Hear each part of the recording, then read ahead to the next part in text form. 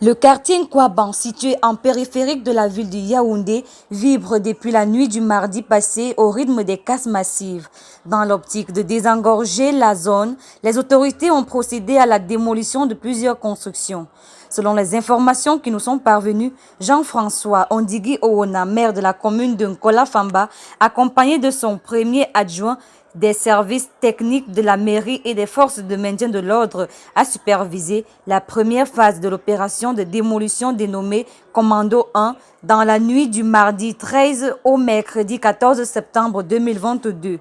Après la phase de sensibilisation qui a été ouverte par le gouverneur de la région du centre, accompagné par le préfet du département de la Meufou et Afamba et du sous-préfet de l'arrondissement d'Onkola Famba le 31 août dernier, au sorti de la réunion de travail présidée par ce dernier au foyer des jeunes de la paroisse Sainte-Anne et Joachim de Nkwaban, avec comme sujet unique le désengorgement du carrefour Nkwaban. Place a été donnée à la fermeture puis à la casse des commerces dits illégaux.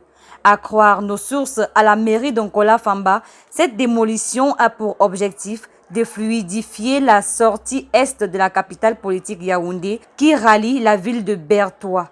Les autorités ont donc décidé de procéder à des casses des commerces illégaux et autres constructions qui occupent le trottoir. C'est ce que révèle une lettre du 2 septembre dernier du préfet du département de la Meufou et Afamba au maire de la commune de Nkola Famba.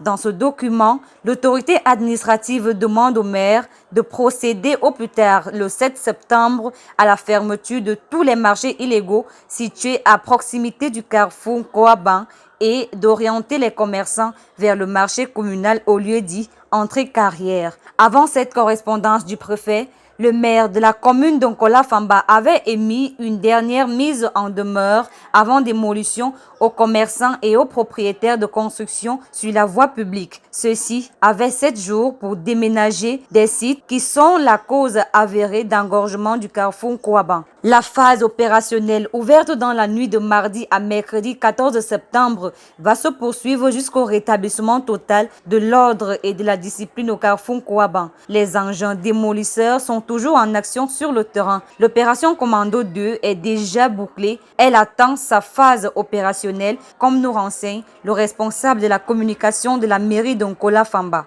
L'opération Commando 1 qui vient d'avoir lieu visait les axes Tradex-Nkwaban, Carrefour Nkwaban, alentour du Carrefour Nkwaban et le marché illégal de l'arrêt bus. Le maire s'est chargé de faire libérer les emprises de la voie publique en déguerpissant tous les vendeurs à la sauvette, les vendeurs à l'étalage et autres petits commerçants. De même, il s'agit d'interdire tous les pôles de chargement de passagers à proximité des stations de service et d'aménager un lieu de stationnement unique à l'intention des mototaxis. Rappelons que la sortie est de la ville de Yaoundé se situe sur l'important corridor Douala-Bangui et Douala-N'Djamena. C'est par le carrefour Nkwaban que transitent toutes les marchandises en direction de la frontière avec la République centrafricaine et le Tchad. Or, l'encombrement des emprises de la voie publique crée des embouteillages qui freinent le trafic à toute heure, d'où les réactions des autorités pour fluidifier cet axe stratégique. Signalons que dans la même perspective,